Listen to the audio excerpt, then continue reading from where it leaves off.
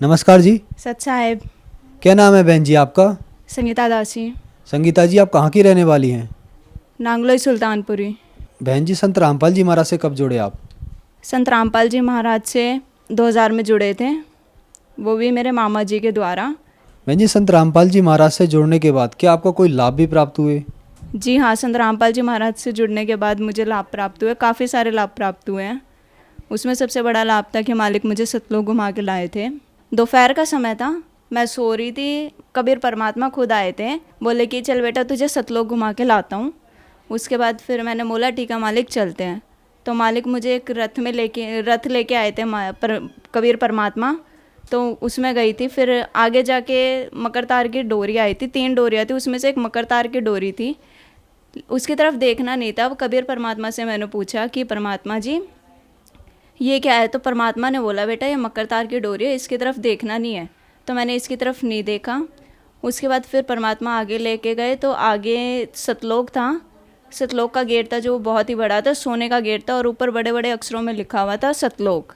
उसके बाद परमात्मा मुझे अंदर लेके गए, वहाँ पे परमात्मा ने मुझे घुमाया, और वहाँ पे मेरे नाना नानी थे जो, उन्होंने भी संत रामपाल जी महाराज से नाम उपदेश ले रखा था, तो मैं उनसे भी वहाँ पे मिली, उनको सत्साहिब भी किया, वो अपना सिमरन कर रहे थे, सत्संग सुन रहे थे, और वहाँ पे काफ़ी चीज़ें देखी। बहुत ही अच्छा मतलब था, यहाँ से तो बिल्कुल अलग ही था वहाँ पे। उसके बाद फिर परमात्मा बोले चल बेटा नीचे चलते हैं। तो मैंने बोला परमात्मा मुझे ना भूख लग रही है। तो परमात्मा बोले क्या खाएगी बेटा? मैंने बोला परमात्मा मैं आम खाऊंगी।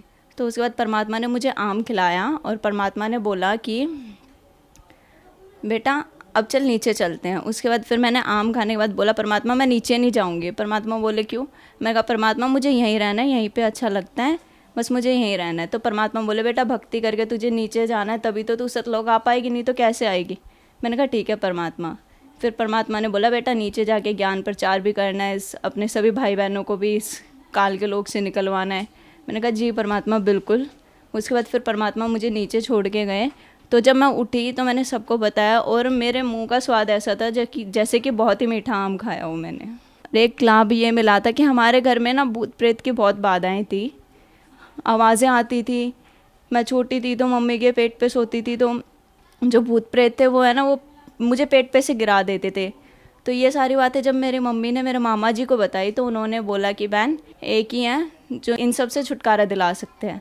तो मेरे मामा जी ने बोला कि करौता में संत रामपाल जी महाराज हैं, उनसे उपदेश लेने के बाद तेरे सारे कष्ट दूर हो जाएंगे।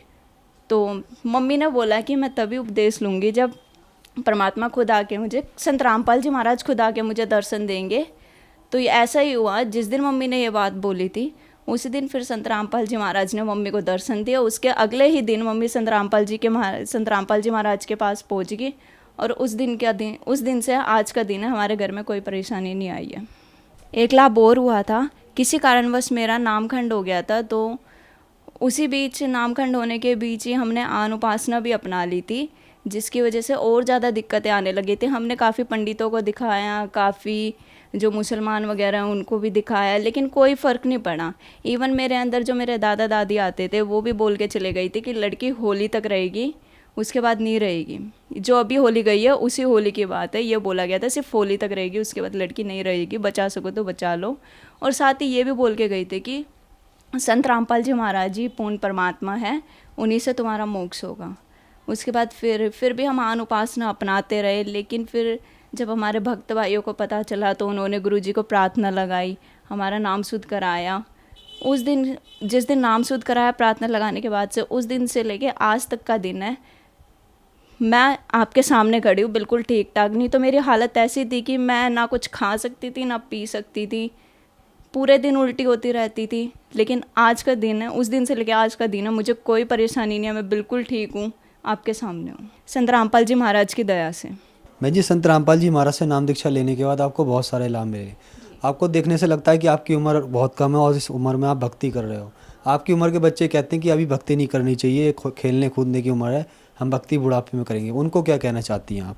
जी, मैं उनको यही कहना चाहूँगी, अगर इस उम्र में खेलेंगे कूदेंगे, अगर भक्ति नहीं करेंगे, भक्ति साधना नहीं करेंगे, तो आगे जाके आप देखते होंगे कि काफ़ी बड़े बूढ़े हैं जिनको काफ़ी सारी परेशानियाँ हैं, किसी को कानों से नहीं सुनता, या फिर कोई वैसे बीमार हैं, या फिर जो बच्चे हैं उनके वो उनकी अच्छे से देखभाल नहीं करते। लेकिन वही अगर हम इस उम्र में रह के भक्ति करेंगे तो हमें आगे जाके बुढ़ापे में कोई परेशानी नहीं आएगी। आप देखते होंगे कि लोगों की अकाल मृत्यु हो जाती है, वो भी नहीं होगी, हमें पता भी नहीं चलेगा कि हमारी मृत्यु कैसे हो गई, वो आराम से हो जाएगी बिल्कुल। बहन जी, संत रामपाल जी महाराज से नाम दीक्षा कैसे ली जा सकती है?